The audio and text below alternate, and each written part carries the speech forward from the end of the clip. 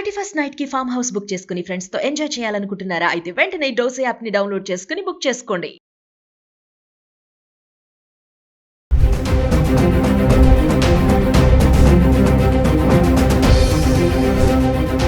నమస్తే, welcome back to Suman TV. Present మనతో పాటు ఉన్నారు ఎనలిస్ట్ మందరి కృష్ణారెడ్డి గారు. నమస్తే సార్. నమస్తే అమ్మా. సార్, బంగారం ఫ్లక్చుయేషన్స్ గురించి మాట్లాడుకుంటున్నాము. మళ్ళీ 1,30,000 మార్క్ దాటేసింది, 1,36,000కి వెళ్ళిపోయింది. మరి వెండి చూసుకుంటే 2 లక్షలు దాటి అది ఎక్కడికో వెళ్ళిపోతూనే ఉంది. మరి నెక్స్ట్ సంక్రాంతి వస్తుంది సార్, మరి అప్పటికి ఏమన్నా తగ్గే ఛాన్సెస్ ఉన్నాయా? ఇంకా ఇలానే పరుగులు పెడుతుందా? అంటే బంగారాన్ని మనం ఖచ్చితంగా నిర్దిష్టంగా సంక్రాంతికి ఎట్లా ఉంటుంది, ఫిబ్రవరిలో ఎంత ఉంటుంది, మార్చి ఎంత ఉంటుంది అని చెప్పడం చాలా కష్టం. ఇప్పుడున్న ట్రెండ్ని బట్టి మాత్రం ఈ 15 రోజులు ఇంకా నెల రోజుల వరకు మాత్రం ఫ్లక్చుయేషన్స్ ఉంటాయి. కొంచెం తగ్గడం కానీ పెరగడం కానీ జరుగుతుంది తప్ప భయంకరంగా పెరిగిపోయి భయంకరంగా తగ్గే పరిస్థితులు మాత్రం ఉండవు. ఇక్కడ అలాంటి పరిస్థితులు సమాజంలో ఎక్కడ కనబడలేదు, ప్రపంచంలో కనపడాలి. ప్రపంచంలో ఏమిటి, స్టాక్ మార్కెట్స్ విపరీతంగా ఫ్లక్చుయేట్ అయ్యడం కానీ, డాలర్ రేటు విపరీతంగా తగ్గిపోవడం పెరగడం కానీ, లేకపోతే మీకు ఇలాగా గవర్నమెంట్స్ గోల్డ్స్ బాగా కొనడం కానీ, ట్యాక్సెస్ విపరీతంగా పెంచడం తగ్గడం కానీ, ప్రపంచ యుద్ధాలు బాగా రావడం కానీ, ఇలాంటి రకరకాల లక్షణాలు గోల్డ్ పెరగడానికి కానీ తగ్గడానికి కారణం అవుతాయి. ఈ కారణాలు పెద్దగా ఏమీ లేనప్పుడు ఏంటంటే ఇలాగే ఒక 2 రోజులు 3 రోజులు పెరుగుతుంది, 2-3 రోజులు తగ్గుతుంది, పెరుగుతుంది, తగ్గుతుంది, ఇక్కడిక్కడే తెచ్చడుతుంది కదా. మనకు అంతగానే ఏం లేదు. ఇంతకుముందు 1,36,000 దాకా వచ్చి మళ్ళీ వెనక్కి వెళ్ళిపోయింది. మళ్ళీ ఇప్పుడు కాస్త 1,36,000 దాకా వాడు వచ్చింది. మనం ఇది మళ్ళీ తగ్గదని చెప్పలేము, పెరగదని చెప్పలేము. ఇది కొనేవాళ్ళు ఈ టైంలో కొనుక్కోవడం కరెక్ట్ కాదు. ఎందుకు కరెక్ట్ కాదంటే ఇది తగ్గుతుందా తెలియట్లేదు, పెరుగుతుందో తెలియట్లేదు. ఒక 15 రోజులు 20 రోజులు పెరుగుతూ కనబడితే పెరుగుతుందని మనకు ఆలోచన మనకు కనబడుతుంది. ఎంత పెరిగినా 100, 2,000, 2,000 అంతకన్నా ఎక్కువ పెరగదు కదా. మొత్తం అంతా కలుపుకుంటూ ఒక 5,000 రూపాయలు పెరిగే అవకాశాలు ఉంటే ఉండొచ్చు, లేదా తగ్గితే తగ్గొచ్చు. కాబట్టి డబ్బుండి కొనుక్కోవాలనుకున్న వాళ్ళు ఎప్పుడైనా బంగారం కొనుక్కోవడానికి అవకాశం. మనం ఎప్పుడు చెప్పే విషయం ఏంటంటే బంగారం, మీ దగ్గర డబ్బు ఉంది, బంగారం కొనండి. ఇవాళ పెరిగిందా తగ్గిందని ఆలోచించకండి. మీరు లాంగ్ టైంలో చూసుకోదలుచుకుంటే, ఒక సంవత్సరం దగ్గర చూసుకుంటే, ఒక సంవత్సరం డెఫినెట్గా పెరిగే అవకాశాలు 100% ఉన్నాయని మనం చెప్పొచ్చు. ఎప్పుడో ఒకసారి తప్ప జనరల్గా పెరుగుతూనే ఉంటుంది. అది ఎప్పుడు ఒక 2 ఏళ్లకు 3 ఏళ్లకు 5 ఏళ్లకు ఒకసారి ఎప్పుడు తగ్గినట్టుగా మనకు కనబడే అవకాశాలు ఉండొచ్చు, కానీ 99% తగ్గడానికి అవకాశాలు లేవు మనకు. కానీ మీరు ఒకవేళ డబ్బు మనం పెట్టుకొని మనం కొద్ది రోజుల్లో మనకు బాగా ఎక్కువ వస్తుందా, మనకు ఎట్లా చూసుకుందామనో, లేదా నగలకో వాటికో మీరు కొనదలుచుకుంటే మాత్రం కొద్దిగా వెయిట్ చేయండి. ఇట్లా ఫ్లక్చుయేషన్స్ ఉన్నప్పుడు, పెరుగుతూ తగ్గుతున్నప్పుడు కొంటే బాగా తగ్గిన కనపడచ్చు, లాగా పెరిగిన కనపడచ్చు. పెరిగితే మీరు సంతోషపడతారు, తగ్గితే మీరు బాధపడతారు. కాబట్టి వీటిని చెక్ చేసుకొని ముందుకు వెళ్ళడం చాలా అవసరం. ఇక వెండి సంగతి చూసుకుంటే మనం మొదటి నుంచి చెప్తున్నాం, అందరికన్నా ముందే చెప్పాం, వెండి పరుగులు పెడుతుంది. ఎలాంటి పరుగు అంటే బంగారానికి దొరకకుండా ముందుకెళ్ళిపోతుంది. అంటే బంగారం ఇక్కడ ఏమవుతుందంటే గూడ్స్ బండి అయిపోతుంది, వెండి మీకు ఎక్స్ప్రెస్ కాదు, అది ఇంకా చాలా ఫాస్ట్ రైల్ అయిపోతుంది, అంత వేగంగా వెళ్ళిపోతుంది. ఎందుకంటే బంగారాన్ని నగలకు మాత్రమే ఉపయోగిస్తున్నాం తప్ప మనం వేటికి పెద్దగా ఉపయోగించట్లేదు. కానీ వెండిని అనేక రకాల పరిశ్రమలో ఉపయోగించే పరిస్థితి ఏర్పడింది. మనకి వాళ్ళ ఎలక్ట్రానిక్ పరిశ్రమలో విపరీతంగా ఉపయోగిస్తున్నారు. ప్రతి ఒక్క వెహికల్కి 75 కిలోల చొప్పున వెండి వాడుతున్నారు. 1 లక్షల వెహికల్స్ తయారు చేస్తున్నారు ప్రతి సంవత్సరం. లక్షల వెహికల్స్ ఇంటూ 75 వేసుకుంటే ఎన్ని టన్నుల వెండి కావాల్సిన పరిస్థితి ఏర్పడుతుంది మనకు కనబడుతుంది. అలాగే సోలార్ పరిశ్రమలో విపరీతంగా ఉపయోగిస్తున్నారు. అలాగే ఔషధ పరిశ్రమ లోపల ఔషధానికి సంబంధించిన పరికరాలు తయారు చేసే దాంట్లో ఉపయోగిస్తున్నారు. సెమీ కండక్టర్ దాంట్లో ఉపయోగిస్తున్నారు. ఇట్లా రకరకాల పరిశ్రమల్లో వేల టన్నులు, లక్షల టన్నులు ఉపయోగించే పరిస్థితులు ఏర్పడినప్పుడు అంత మనకు అవైలబిలిటీ లేదు వెండి. ఎందుకంటే కావాలంగానే పోయి వెండిని తప్పడం మనం తీసుకొచ్చేటట్టుగా ఉండదు. అది కూడా భూమిలోంచి బలంగా బయట ఎక్కడో లోపల ఉండేట్టు భూమి బయటకు తీయాలి, దాన్ని శుభ్రం చేయాలి, దానికి అనేక రకాల ప్రాసెస్ చేసిన తర్వాత కానీ వెండి రూపానికి రాదు.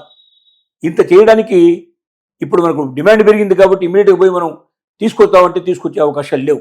కాబట్టి అవైలబిలిటీ తక్కువ ఉంది, డిమాండ్ ఎక్కువ ఉంది, ఆటోమేటిక్గా రేటు పెరుగుతుంది. ఇది 2 lakhs ఇవాళ 21,000 దాకా వచ్చేసింది. ఇంకా భవిష్యత్తులో అది 3 lakhs పోయినా, 4 lakhs పోయినా, 5 lakhs పోయినా ఆశ్చర్యపడాల్సిన అవసరం లేదు. అంత స్పీడ్గా పెరిగే అవకాశం ఉంది. కాబట్టి మనం సలహా ఇస్తున్నాం, మధ్య తరగతి వాళ్ళు ఎవరుతున్నారో మీరు బంగారం కొనే ఆలోచన మానుకోండి, వెండి కొనండి. వెండి కొనడం వల్ల మీరు ఎంతైతే ఆదాయాన్ని పొందలుచుకున్నారో, నాకు బాగా బంగారం కొంటే లాభాలు వస్తే బాగుండు అనుకున్నట్టుగా వెండిని కూడా మీరు పెట్టుకున్నట్టయితే, వెండిని కూడా మీరు బ్యాంకులో పెట్టుకొని తాకట్టు పెట్టుకునే అవకాశాలు ఉన్నాయి ఇప్పుడు. అలాగే మీరు non banking finance company, Muthoot finance company లాంటివి, ఇలాంటి వాటిలో కూడా మీరు దీన్ని పెట్టుకొని డబ్బు తెచ్చుకోవచ్చు మీ అవసరమైనప్పుడు. అలాగే మీరు రేపు బాగా పెరిగిన తర్వాత అమ్ముకుంటే కూడా మీకు వస్తుంది. కాకపోతే ఆభరణాల రూపంలో వెండిని పెట్టుకోకండి, మీరు చాలా నష్టపోతారు. మీరు స్వచ్ఛమైన వెండి రూపంలో పెట్టుకోండి.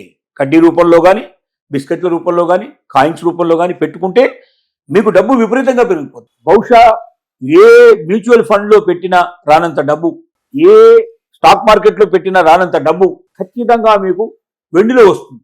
ఇంకా భవిష్యత్తులో బాగా పెరిగేది కానీ తగ్గదు. కాబట్టి వెండి మీద పెట్టుబడి పెట్టుకోండి, మీ జీవితాల లోపల ఆనందాన్ని తెచ్చుకోండి. మీరు బంగారం కొనదలుచుకున్న వాళ్ళకు కూడా సలహా ఏమిటంటే, మీరు ఒకవేళ దాచిపెట్టి బంగారాన్ని ఆభరణాల రూపంలో కాకుండా స్వచ్ఛమైన బంగారం రూపంలో పెట్టుకుంటాను, నేను బాగా పెరిగినప్పుడు నేను అమ్ముకుంటానంటే బంగారం బదులు వెండి కొనండి. తక్కువ రేట్లో వస్తుంది, ఎక్కువ వెండి వస్తుంది, ఎక్కువ డబ్బులు వస్తాయి. మరి బంగారానికి అంటే హాల్ మార్క్ అంటారు కదా సార్, మరి వెండికి కూడా హాల్ మార్క్, మరి వెండికి కూడా హాల్ మార్క్ డిమాండ్ జరుగుతోంది. వెండి హాల్ మార్క్ కూడా రాబోతుంది. కానీ వెండి స్వచ్ఛత కనుక్కోవడానికి రకాల మార్గాలు ఉన్నాయి. స్వచ్ఛతకు సంబంధించినటువంటిది దాని పరికరాలు దానికి ఉన్నాయి. అది స్వచ్ఛత తెలుసుకోవాలి. ఎక్కడ పడితే అక్కడ పోయి చాలా మంది ఏం చేస్తుంటారంటే తక్కువ రేట్లో ఇస్తాం మేము అని కొంతమంది చెప్తారు. అరే చాలా తక్కువ రేట్లో దొరుకుతుంది, మార్కెట్ రేట్ కన్నా నీకు 10,000 తగ్గుతుంది, 25,000 తగ్గుతుంది, ఇక్కడ కొనుక్కోమని చెప్తారు. లేదా నేను తెచ్చిస్తానంటారు. అలాంటివి మాత్రం మీరు ఎప్పుడు వెళ్ళకండి. మీరు BISని కాంటాక్ట్ చేయండి. బ్యూరో ఆఫ్ ఇండియన్ స్టాండర్డ్ అంటారు. మీరు ISI మార్క్ ఏదైతే చేస్తుందో బ్యూరో ఆఫ్ ఇండియన్ స్టాండర్డ్, ఆన్లైన్లో కొడితే BIS దొరుకుతుంది. హాల్ మార్క్ సంబంధించిన కొట్టినా మీకు దొరుకుతుంది ఆన్లైన్లో.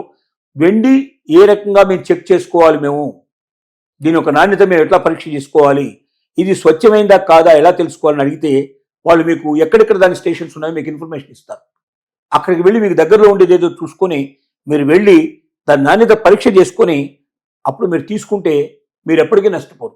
అందుకే పెద్ద మొత్తంలో కొనుక్కుంటే చిన్న కొద్ది ముక్క తీసుకొని మీరు వెళ్ళి టెస్ట్ చేయించుకొని అది కరెక్ట్ అయితే మీరు వాళ్ళ మీద నమ్మకంతో మీరు కొనుక్కోవడానికి అవకాశం ఉంటుంది. మీకు ఇలాంటివన్నీ మీరు పాటించాలి. అంతే తప్ప ఎవడో చెప్పాడని తక్కువ రేట్లో వస్తే ఎవడు తక్కువ ఇవ్వలేడు.